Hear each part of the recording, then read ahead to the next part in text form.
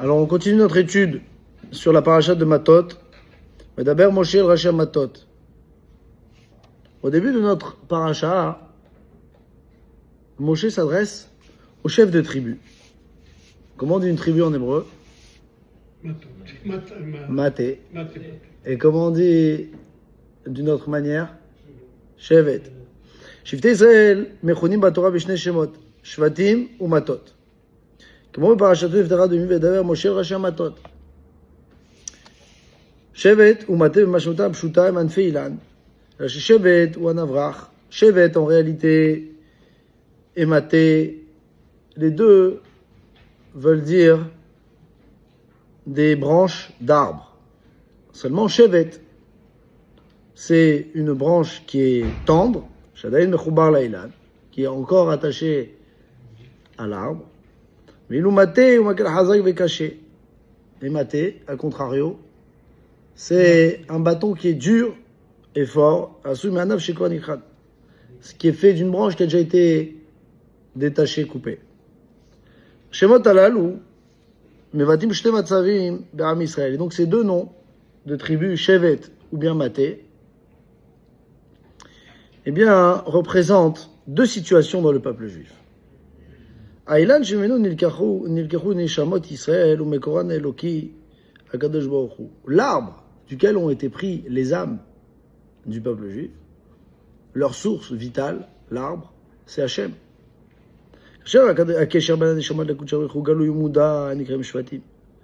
Lorsque on reconnaît la source du peuple et des âmes, et encore, où le peuple est encore connecté à l'éternel, à sa source, eh bien alors là, les tribus sont appelées des shvatim. אולם כאשר הקשר הזה מוסתר וחבוי, ובמבט חיצוני אינו נראה, נקראים בני ישראל מטות.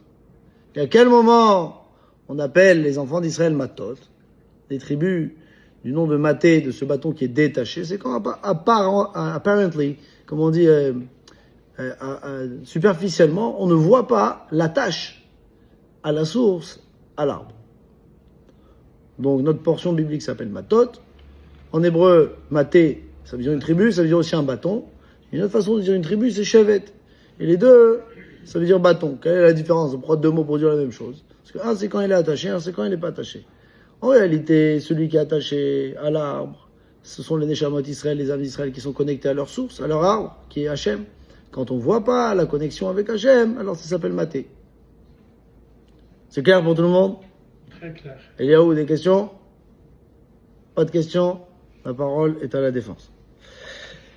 כללית, המצב הראשון, שבט מתאר את הנשמה כפי שהייתה קודם ירידתה. לעולם הזה, קודם היא לא פשוטה בגוף גשמי. היא עמדה אז בעולם רוחני נעצר, שרויה בדבקות מוחלטת עם הקדוש ברוך הוא, כמו שבט המחובר לאילן. שבט, plus généralement, décrit la situation dans laquelle se trouvait l'âme avant de descendre dans ce monde. Qu'est-ce qu'elle faisait l'âme avant de descendre dans ce monde, Rabbi Yosef? Moi, ce que j'ai dans le... Qu'est-ce qu'elle fait? Voilà, elle profitait de la lumière divine, elle profitait d'Hachem, et elle descend dans une galère ici, dans le corps. Mais avant ça, elle était chez Hachem, dans un monde ultra spirituel. Elle était connectée, absolument connectée avec l'Éternel, comme une branche qui est rattachée à l'arbre. Mais après que le Neshama descend dans le monde, elle se retrouve cloîtrée dans un corps qui est matériel, physique. Alors là, c'est plus Shevet, c'est plus ce bâton connecté à l'arbre, c'est un bâton dur, déconnecté. במצב הזה, אין היא מרגישה עוד אותה מוחשיות גלויה של הקשר עם המקור האלוקים הקדוש ברוך הוא. Et donc cette âme détachée ne ressent plus cette connexion avec le divin. L'âme étant une parcelle divine, elle est censée ressentir.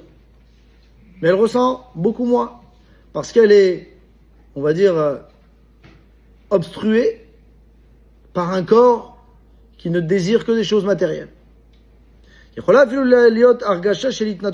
Parfois, pas seulement qu'elle est obstruée, mais elle peut être complètement détachée.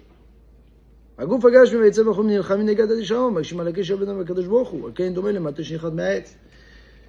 on a dans notre paracha maté, qui veut dire ce bâton fort, les tribus, ce moment de détachement, mais c'est valable aussi chez chacun d'entre nous. On a notre âme qui parfois succombe à toutes les tentations. Et donc si elle succombe à toutes les tentations, elle ne ressent plus cette connexion, parce que si tu ressens la connexion, tu ne succombes pas. Tu es connecté, donc si tu succombes, tu ne vois plus, et donc tu tombes. אולם אף על פי ששבט ומקל מחובר לאילן, הרי מצד שני הוא עדיין ענה רך וחלש, אילו מטה ומקל חזו ינוקשה. Donc on a établi que maté, c'est la déconnexion de la source qui est Hachem. Mais d'un autre côté, le maté, il est comment? Il est fort.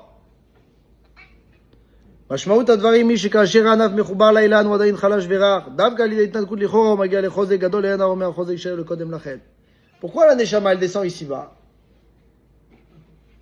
Parce que par son travail dans ce monde-ci, par sa lutte quotidienne contre les désirs du corps, eh bien, elle va accéder à des degrés qu'elle n'aurait pas eu sans cela. Si elle était restée connectée.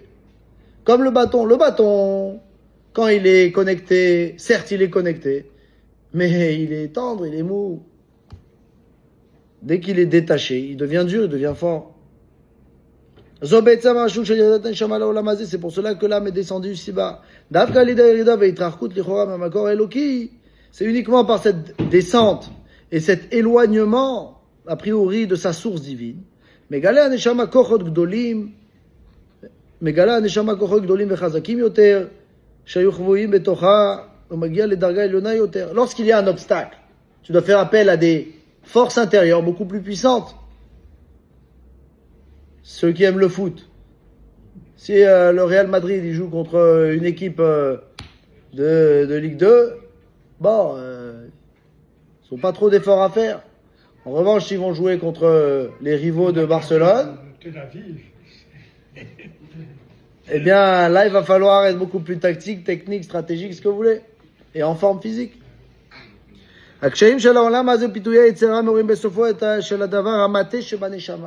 Et donc, tous les stratagèmes du penchant, eh bien, sont là pour révéler le maté, ce bâton qu'il y a en toi, pour mater le corps. Il fallait que je la fasse, celle-là. Il fallait que je la fasse. Pour pas être en échec. Pas mal. הקשיים של העולם הזה, פיתויי היצר המורים בסופו של דבר מטה שבין שאת התקיפות והנחישות להישאר קשורים מהקדוש ברוך הוא למרות כל הקשיים. Et donc ça demande de révéler en toi des forces intérieures pour pouvoir rester connecté malgré ta déconnexion. ואז מגיעה הנשמה לקשר עמוק, לאין ארוך עם הקדוש ברוך הוא, et donc on arrive à une connexion, un lien profond qu'il n'y avait pas avant.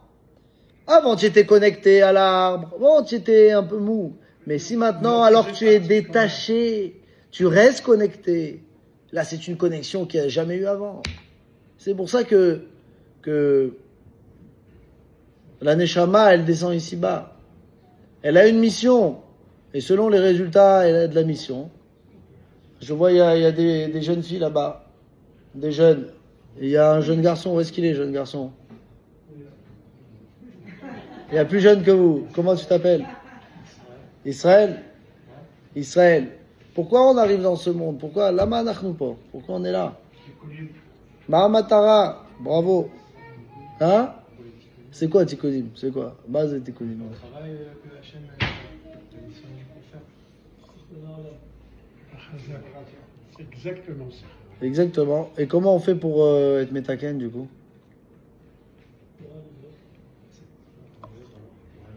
Oui, mais lui, il a 40 ans de plus que toi. Et moi, je vais écouter ta réponse. Mesdemoiselles, comment on fait pour tenir?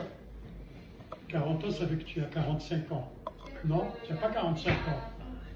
Hein? Comment on fait pour contrer son mauvais penchant?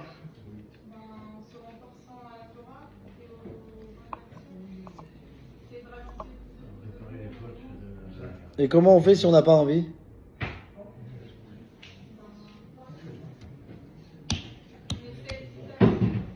Exactement. Il faut savoir, les amis, la jeunesse, c'est que le Yetzer Hara, il naît avec nous. Et il grandit avec nous. Et les textes nous disent que il a même 12 ans d'avance. Puisque la Neshama rentre entièrement à la Bar Mitzvah. Ça veut dire qu'il a déjà, parce que tout le vital, il est aussi géré par les Yetzer Hara. Le fait de manger, le fait de dormir, le fait de boire, etc. Ça, c'est les Yetzer Hara. Et ce qui est vital, c'est les Yetzer Hara aussi. Donc la Neshama, elle rentre à 13 ans. Donc ça veut dire qu'il a combien de temps? 12 ou 13 ans d'avance. Ok? Maintenant, comment il progresse le Yetzer Hara? Tu fais Shabbat strictement. Tu fais les brachot avant de manger le matin. Tu manges strictement kasher. Tu crois qu'il va te dire va au McDo? Tu crois qu'il va te dire va le dimanche matin? Il paraît qu'il y a un office intéressant. Tu crois qu'il va te dire ça? Pas du tout. Il va te dire attends, le Shabbat matin tu arrives à 9h. Prends le temps de dormir, viens à 9h30. Qu'est-ce qui se passe? Première semaine, 9h30. Deuxième semaine, 10h. Après, ça arrive petit à petit, vous entendez? Petit à petit, jusqu'à ce qu'il te dit, bon, le Shabbat, ça y est, de toute façon, tu vas plus à la synagogue depuis des semaines. Tu arrives hyper en retard, reste dormir. Après, qu'est-ce qui se passe ton Shabbat? C'est plus un Shabbat. Ni tu vas à la synagogue, tu te lèves pour manger. Il est 14h. Il n'y a plus de Shabbat, il n'y a plus rien. Comment ça marche? Ça marche à l'envers. Le Yetzer Hara, il te prend comme ça un petit peu, tu lui reprends comme ça un petit peu. Tu te forces. Tu n'arrives pas à respecter Shabbat. Je t'ai pas dit de faire 25 heures. Je t'ai pas dit de faire 25 heures. La première heure de Shabbat. Shabbat, il rentre à 20 heures. De 20 heures à 21 heures, tu touches pas le téléphone. Je t'ai pas dit de le toucher à 21 heures. Mais c'est sûr que de 20 heures à 21 heures, tu le touches pas.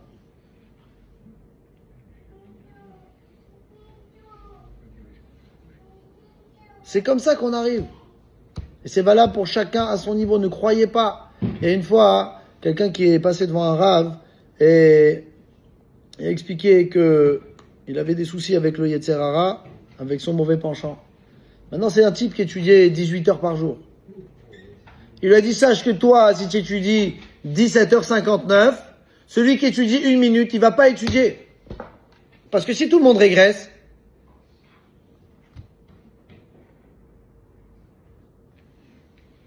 il faut être un stratège aussi. Mais c'est le but.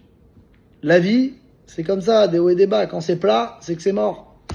Hein? Ici, repose. Quand c'est plat, c'est foutu. Mais s'il y a des hauts et des bas, s'il y a des challenges, s'il y a des confrontations avec nous-mêmes d'ailleurs, eh bien c'est que c'est vivant et c'est qu'on est là pour ça. Mais si tu réussis, tu as réussi ta mission. Donc, Chalukazo ben Shevet le Mate, Kayemet Gamken le Mata. Et donc, cette différence qu'on voit entre Shevet et Maté, on retrouve aussi ça ici-bas. Nous sommes dans les 3 semaines de deuil du temple et de sa destruction. Eh bien, alors qu'il y avait le temple, on voyait la divinité, on était familier des miracles. Et donc, c'était une situation de Shevet. Quel est le bienfait de l'exil? Pourquoi on est là, nous, à Nice? Il y a un détachement aussi, comme Maté. Eh, vous avez compris? Vous avez compris pourquoi on est là? Et c'est exactement ça. C'est que quand il y avait le Beth Amikdash, certes, on voyait les miracles, mais c'était dans une façon de Shevet. Ça veut dire qu'on était encore connectés. Oulam, mais après la destruction du temple, Sham Israël Kasha, quand le peuple d'Israël a été exilé dans un exil terrible, Sheba, Shoer Chosher, Kaful Umchoupal, dans lequel il y a une obscurité qui est obscure doublement. Domé Aram le Maté, alors là, le peuple, il ressemble à quoi? Pas à Shevet, mais à Maté, à ce bâton détaché. Betkoufazo, Alav Larjov Kochot, Pnimim Shalamigdat, Kifayid Alavod Moula Mercholim Anisod. Regarde combien on est ce soir à la synagogue. Combien on est ce soir? Bah, au Hachem, Lénara, on compte pas, on est 55. Mais on pourrait être 555. C'est vrai ou pas? Combien il y a de retraités sur la Côte d'Azur? Combien il y a de vacanciers? Beaucoup. Baruch Hashem Lénara. On pourrait être 555. Et regarde, tiens, combien c'est Ça difficile. posera des problèmes de sécurité. Combien c'est difficile, il n'y a pas de problème, Baba. Il n'y a que des solutions. S'il y a un problème, c'est qu'il y a une solution. S'il n'y a pas de solution, c'est qu'il n'y a pas de problème. Oui, de ventilation, Et- d'air neuf, c'est pas dimensionné pour. On vous en verra pour faire la sécurité. Du coup, ce qui se passe, c'est qu'on est dans une situation qui est beaucoup plus délicate. Mais c'est dans cette situation délicate qu'on retrouve ceux qui sont forts et qu'on a besoin de révéler des forces intérieures. Et c'est pour ça qu'on lit aussi également la paracha de Matot. Quand est-ce qu'on la lit? Pendant les 3 semaines. Pourquoi on la lit pendant les 3 semaines? Mais on vient exprimer le sens profond de l'exil. Pourquoi on est en exil? Maintenant, vous avez la réponse. Les galottes est un maté pour révéler le maté qui est en toi, le bâton détaché, fort, qui se trouve dans ton âme pour arriver finalement au moment de la révélation du dévoilement total à l'époque de Mashiach du Messie avec la délivrance totale. En somme, nous avons vu que notre paracha s'appelle Maté, Matot. Pourquoi ça s'appelle Matot? Parce que c'est les tribus. Quel est ce sens de Matot? Il y a Shevet et il y a Maté. Pourquoi la différence? On explique qu'en réalité les deux signifient tribu mais veulent dire aussi un bâton. Il y a un bâton qui est attaché à la source, un bâton qui est détaché de la source.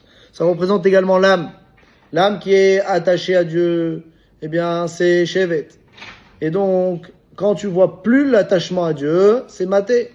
Alors, quelle est la différence? Que d'un côté, on voit qu'une est connectée, mais de l'autre côté, on peut se dire qu'il y a un inconvénient parce qu'il est déconnecté. Alors, viens ici, le Rav nous explique que quand on est déconnecté, on est fort.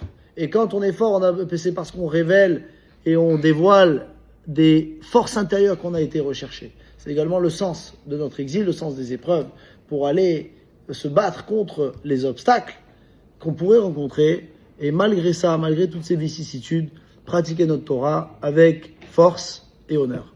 Merci pour votre attention.